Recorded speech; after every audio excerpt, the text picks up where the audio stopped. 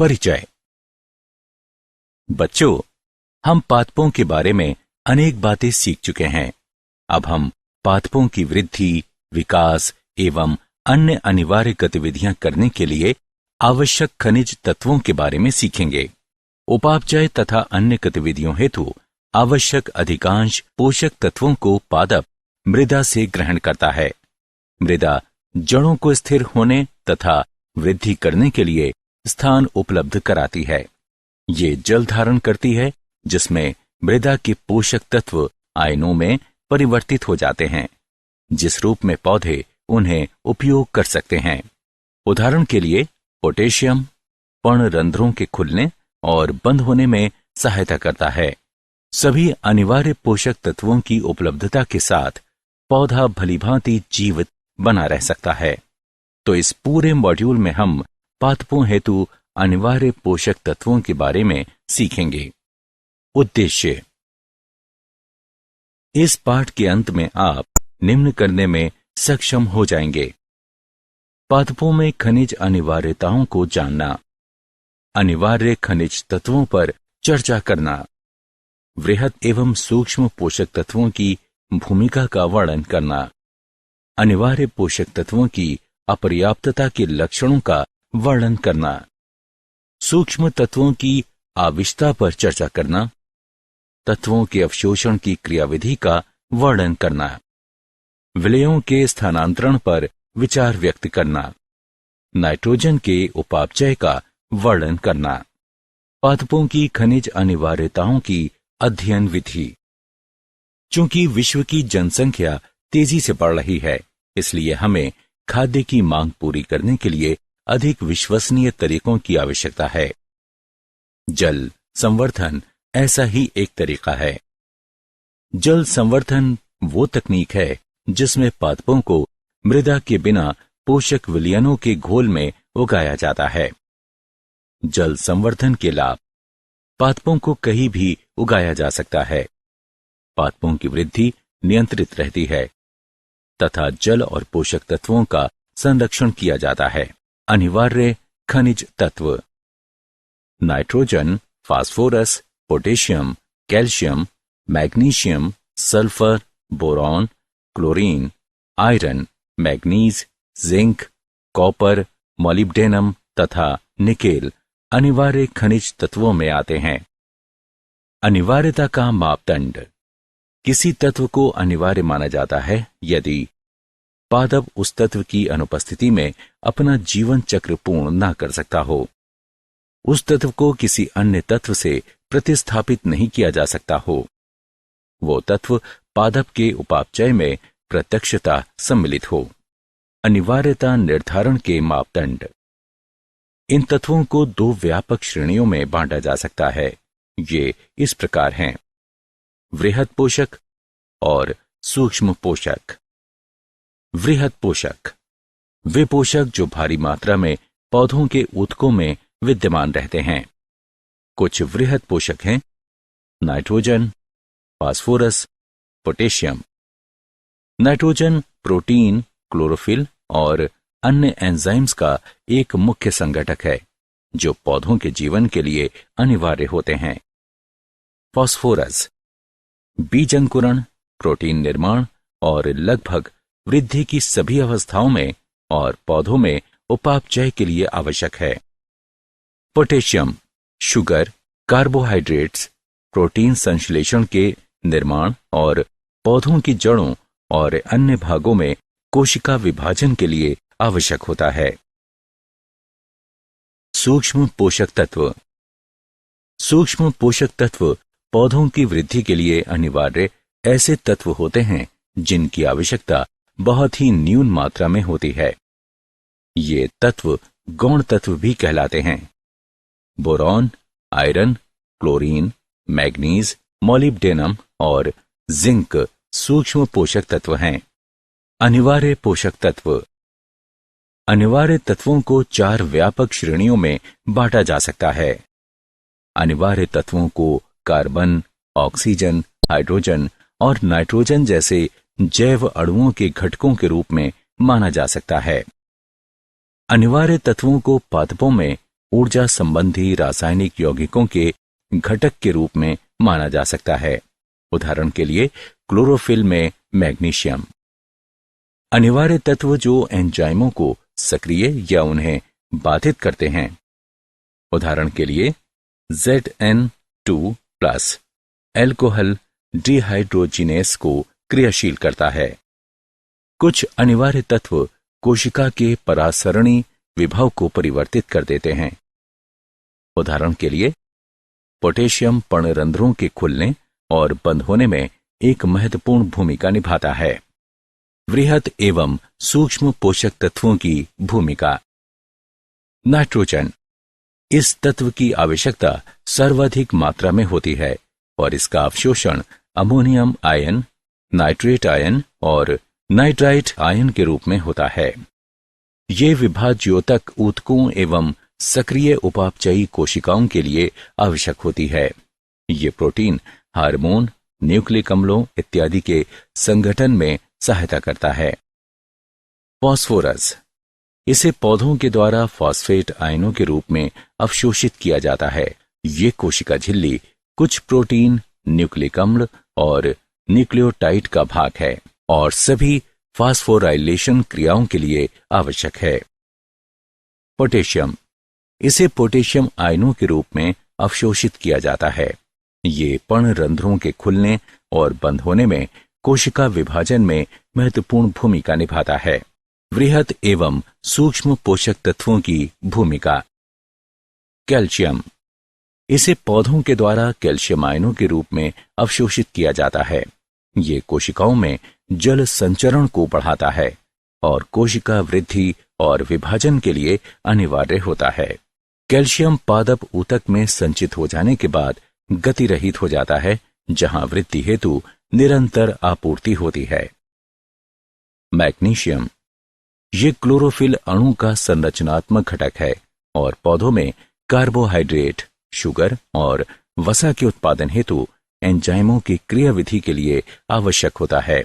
ये बीज अंकुरण के लिए अनिवार्य होता है और फल व क्रीदार फल के निर्माण में प्रयोग किया जाता है। सल्फर, ये एमिनो अम्ल, विटामिनों और एंजाइम्स का संरचनात्मक घटक होता है। ये बहुत सी सब्जियों को स्वाद प्रदान करता है। वृहत एवं सूक्ष्म पोषक तत्वों की भूमिका। लोहा, इसे फेरिक आयनों के रूप में पौधों के द्वारा अवशोषित किया जाता है। ये बहुत सी एंजाइम क्रियाओं के लिए आवश्यक होता है और क्लोरोफिल के संश्लेषण के लिए एक उत्प्रेरक का कार्य करता है। मैग्नीज, ये प्रकाश संश्लेषण, श्वसन तथा नाइट्रोजनी उपापचय के लिए एंजाइम क्रियाशीलता में महत्वपूर्ण भूमिका निभाता है। जिंक, ये कार्बोहाइड्रेट्स उपापचय, अंतर ग्रंथि का दीर्घीकरण तथा प्रोटीन संश्लेषण हेतु अनिवार्य है। तांबा, ये जड़ों में उपस्थित होता है और नाइट्रोजन उपापचय में भूमिका निभाता है। ये एंजाइम्स का घटक है जो कार्बोहाइड्रेट और प्रोटीन्स का प्रयोग करते हैं। वृहत एवं सूक्ष्म पोषक तत्वों की भूमिका। बोरॉन, ये कोशिका भित्ति के निर्माण, झिल्ली, कार्यशीलता के लिए अनिवार्य है। ये पुष्पन, फलन, कोशिका विभाजन तथा हार्मोनों के स्थानांतरण में भूमिका निभाता है। मॉलिब्डेनम, ये नाइट्रोजन को अमोनिया में अपचयित करता है। मॉलिब्डेनम के बिना प्रोटीन संश्लेषण अवरुद्ध हो जाता है और पादप समृद्धि रुक जाती है। क्लोरीन, ये परासरण में भूमिका निभाता है, जिसमें कोशिकाओं तक जल या विलय का संचलन होता है। अनिवार्य तत्वों की अपर्याप्तता के लक्षण। जब पादपों में एक या अधिक अनिवार्य तत्वों की मात्राएं अपेक्षा से कम हो जाती हैं, तो पादप में कमजोर वृद्धि प्रदर्शित होती है और विशिष्ट अपर्याप्तता लक्षण उत्पन्न हो जाते हैं। तत्वों की अपर्याप्तता के कारण पादपों में आकारिकीय परिवर्तन अपर्याप्तता लक्षण कहलाते हैं। महत्वपूर्ण अपर्याप्तता लक्षण निम्न हैं। क्लोरोसिस, हरित पादपों की वो असामान्य दशा जिसमें तने और पत्तियां विवर्ण हरे या पीले पड़ जाते हैं। ये पीलापन हरे पर्णहरित क्लोरोफिल रंजकों के स्तर में कमी आने के कारण होता है। ये अनेक कारकों से हो सकता है। मैग्नीशियम, आयरन या मैग्नीज की अपर्याप्तता एक सामान्य कारक है। अपर्याप्तता के लक्षण। नेक्रोसिस, इसमें पत्तियों के ऊतकों की स्थानीय मृत्यु हो जाती है। ऊतकों की मृत्यु का विस्तार पूरी पत्ती तक हो सकता है। कैल्शियम की अपर्याप्तता के परिणाम स्वरूप पहले तरुण विभज्य योतकी क्षेत्रों में ऊतक मृत्यु होती है, जो शीघ्र ही जड़ों के शीर्ष या नई पत्तियों तक फैल जाती है। बौनापन या अवरुद्ध पादप वृद्धि, इसमें वृद्धि मंद हो जाती है। तना संघनित और छोटा दिखता है। कैल्शियम की अपर्याप्तता की वजह से वृद्धि अवरुद्ध होती है। अंकुरों का मरण, कॉपर की अपर्याप्तता होने पर काष्ठ युक्त या शाकीय पादपों के तनों या शाखों की मृत्यु शीर्ष से आरंभ होती है और धीमी या तेज गति से नीचे की ओर बढ़ती है। सूक्ष्म पोषक तत्वों की आवश्यकता, पौधों में सूक्ष्म पोषकों की अनिवार्यता की मात्रा में मामूली वृद्धि या कमी के कारण आवश्यकता उत्पन्न होती है। आवश्यकता के लक्षणों की पहचान करना कठिन है। विभिन्न पादप प्रजातियों के लिए एक तत्व के आवश्यकता स्तर भिन्न भिन्न होते हैं। यदि एक तत्व अधिक मात्रा में है तो ये अन्य तत्व के अधिग्रहण को बाधित कर सकती है। उदाहरण के लिए, मैग्नीज की अधिकता से लौह, मैग्नीशियम और कैल्शियम की कमी हो सकती है। तत्वों के अवशोषण की क्रियाविधि।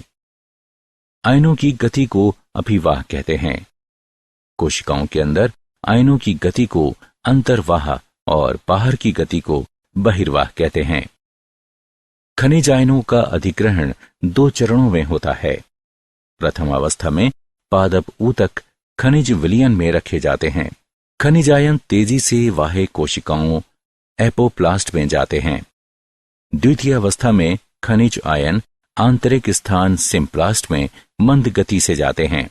ये एक सक्रिय प्रक्रम है तथा उपापचयी ऊर्जा का उपयोग किया जाता है।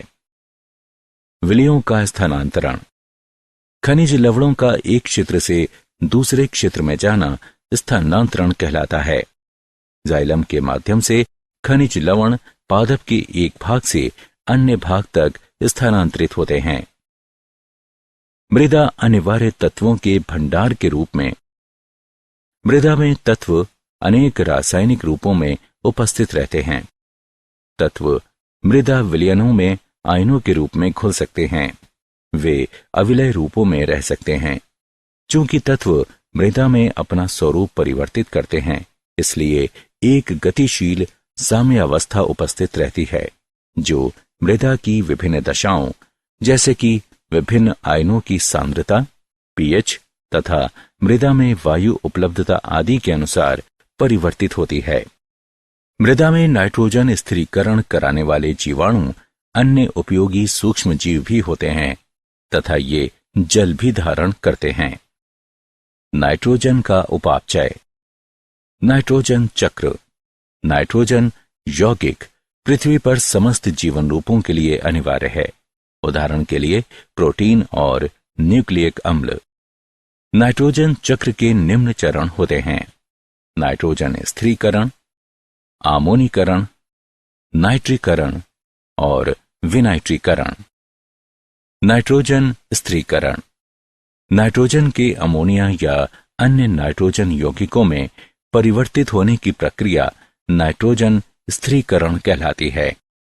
तड़ित तथा पराबैंगनी विकिरण नाइट्रोजन को नाइट्रोजन ऑक्साइडों जैसे कि N2O, NO और NO2 में परिवर्तित होने के लिए ऊर्जा उपलब्ध कराता है। नाइट्रोजन चक्र। आमोनीकरण वह प्रक्रिया जिसके द्वारा कार्बनिक नाइट्रोजनी यौगिक अपघटित होकर अमोनिया उत्पन्न करते हैं, आमोनीकरण कहलाती है। नाइट्रीकरण। नाइट्रीकरण वह प्रक्रिया है जिसमें अमोनिया पहले नाइट्राइट तथा फिर नाइट्रेट में परिवर्तित होती है। 2NH3 प्लस 3O2 देता है 2NO2 plus 2H plus plus 2H2O, 2NO2 plus O2 देता है 2NO3। यह प्रक्रिया मृदा जीवाणुओं द्वारा संपन्न की जाती है जो रसोस स्वपोषी होता है। अमोनिया नाइट्रोसोमोनास तथा नाइट्रोकोकस द्वारा नाइट्राइट में ऑक्सीकृत होती है। नाइट्राइट नाइट्रोबैक्टर द्वारा नाइट्रेट में ऑक्सीकृत होता है। नाइट्रेटों का पादपों द्वारा अपशोषण कर लिया जाता है और नाइट्रेटों के रूप में अपचयित कर दिया जाता है। नाइट्रोजन चक्र। विनाइट्रीकरण ये वो प्रक्रिया है जिसमें नाइट्रेटों का मुक्त नाइट्रोजन में परिवर्तन या अपचयन होता है। ये स्यूडोमोनास व थायोबैसिलस जैसे जीवाणुओं द्वारा संपन्न की जाती है। मूल्यांकन। आगे बढ़ने से पहले आइए देखें कि आपने कितना सीखा। सही विकल्प को उठाकर उसके संगत स्थान पर रखें। जैविक नाइट्रोजन स्थिरीकरण। जैव नाइट्रोजन स्थिरीकरण वह प्रक्रिया है जिसमें सजीवों द्वारा नाइट्रोजेनस की उपस्थिति में अमोनिया का वायुमंडलीय नाइट्रोजन के रूप में अपचयन किया जाता है। नाइट्रोजन स्थिर कारक जीवाणु स्वतंत्र या सहजीवी जीवन यापन कर सकते हैं। स्वतंत्र जीवी नाइट्रोजन स्थिरक हैं। एजोटोबैक्टर, बेइजेरिंकिया जो दोनों वायवीय तथा रोडोस्पाइरिलम अवायवीय हैं। क्यानोबैक्टीरिया जैसे कि एनाबिएना तथा नोस्टेक स्वतंत्र जीवी नाइट्रोजन स्थिरक भी हैं। सहजीवी जैविक नाइट्रोजन स्थिरीकरण। फलीदार पादप जीवाणु संबंध सहजीवी सहयोग का अच्छा उदाहरण है। फलीदार पादपों में मूल ग्रंथिकाएं होती हैं जिनमें सहजीवी जीवाणु राइजोबियम वायुमंडलीय नाइट्रोजन को अमोनिया में स्थिर करते हैं। ये अमोनिया अनेक जैव अणुओं जैसे कि एमिनो अम्लों, प्रोटीनों, विटामिनों तथा न्यूक्लियक अम्लों के लिए उपलब्ध कराई जाती है। फ्रैंकिया मृदा में रहने वाला एक स्वतंत्र जीवी जीवाणु है जो वायुमंडलीय नाइट्रोजन को स्थिर करता है। ग्रंथि का निर्माण। जब किसी फलीदार पादप का मूल रोम राइजोबियम के संपर्क में आता है तो ये जीवाणु द्वारा स्रावित रसायनों के कारण कुंचित या विरूपित हो जाता है। राइजोबिया विरूपित मूल रोम में प्रविष्ट होता है और मूल रोम के अंदर बहुगुणित होता है। पादप एक संक्रमण धागे द्वारा प्रतिक्रिया करता है जो ऊतकों तक जीवाणु को ले जाने के लिए अंदर की ओर बढ़ता है। पोषक तत्वों के अवशोषण के लिए ग्रंथिकाओं का संपर्क आश्रयदाता के संवहनी ऊतकों से हो जाता है। मूल ग्रंथिकाओं का निर्माण तथा नाइट्रोजन स्थिरीकरण पादप के जीनों और जीवाणु के जीनों के नियंत्रण में होता है। होने वाली अभिक्रिया निम्न है। Nitrogen plus 8 electron plus 8 hydrogen ion plus 16 ATP देता है। 2NH3 plus hydrogen plus 16 ADP plus 16 pi. Ammonia की नियति। नाइट्रोजन स्थिरीकरण द्वारा बनने वाली अमोनिया एमिनो अम्लों के संश्लेषण हेतु उपयोग की जाती है। एमिनो अम्लों के संश्लेषण की दो प्रक्रियाएं हैं। अपचयित एमिनीकरण। अमोनिया अल्फा कीटोग्लूटेरिक अम्ल से क्रिया करके ग्लूटेमिक अम्ल बनाती है। विपक्ष एमिनन। इस प्रक्रिया में एक एमिनो अम्ल से एमिनो समूह कीटो अम्ल के कीटो समूह पर स्थानांतरित होता है। क्या आप जानते हैं पादपों की जड़ें मृदा में तथा जड़ों के पृष्ठ पर रहने वाले हजारों जीवाणुओं तथा कवकों से घिरी रहती हैं। लाभप्रद सूक्ष्म जीवों की पहचान के लिए पादप अपनी प्रतिरक्षी प्रणाली का उपयोग करते हैं। उदाहरण के लिए जब पादप राइजोबियम मृदा जीवाणु द्वारा स्रावित काइटिन अणु की जांच करता है तो मूल ग्रंथियां बनने लगती हैं। राइजोबियम जीवाणुओं को अंदर सहजीवी अंगों में प्रवेश करने और पनपने दिया जाता है और वे पादप के लिए नाइट्रोजन बनाते हैं। सारांश। आइए हमने जो कुछ सीखा है उसे संक्षेप में दोहराएं। जल संवर्धन वो तकनीक है जिसमें पादपों को मृदा के बिना पोषक विलयनों के घोल में उगाया जाता है।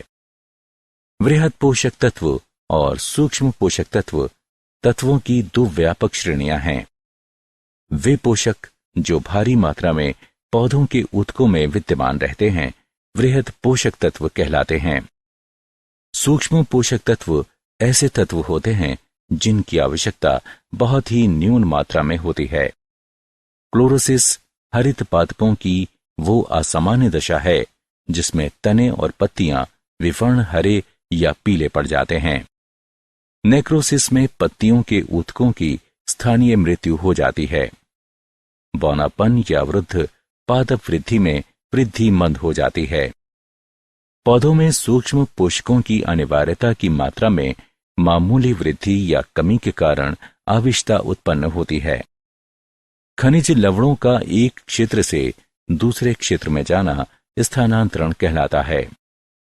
नाइट्रोजन चक्र में नाइट्रोजन स्थिरीकरण, अमोनीकरण, नाइट्रीकरण, विनाइट्रीकरण शामिल हैं। जैव नाइट्रोजन स्थिरीकरण वह प्रक्रिया है जिसमें सजीवों द्वारा नाइट्रोजेनस की उपस्थिति में अमोनिया का वायुमंडलीय नाइट्रोजन के रूप में अपचयन किया जाता है।